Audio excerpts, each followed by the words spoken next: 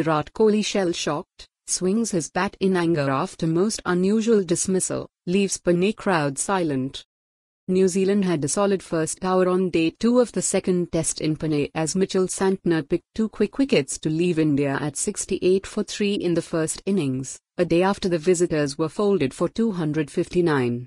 Using his natural variation, the spinner troubled both Shubman Gill and Virat Kohli, dismissing the overnight batter LBW, before the latter played all-arounder dipping full toss.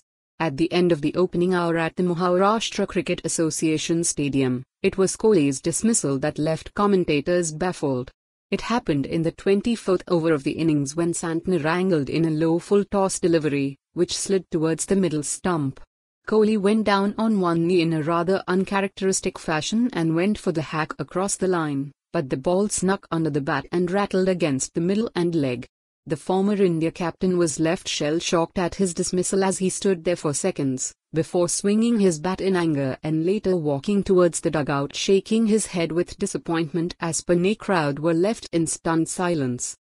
"It was the most unusual dismissal, the most un-Kohli-like dismissal," exclaimed a commentator as replays of wicket were shown. Former India cricketers Gavaskar and Shastri joined the commentary box minutes after the dismissal, and the former captain reckoned that Kohli should have attempted a flick shot against the fuller delivery. "All he had to do was flick it through the mid-wicket line. He does it so well with bottom hand. But then the bottom of the bat hit the ground, and that did not help. He was very keen to come out and impose himself," he said. Former India head coach spoke much on the same line, saying, "Very unusual. He could have taken it on the full and taken it through midden." Kohli's vulnerability against spin over the last few years has been no secret.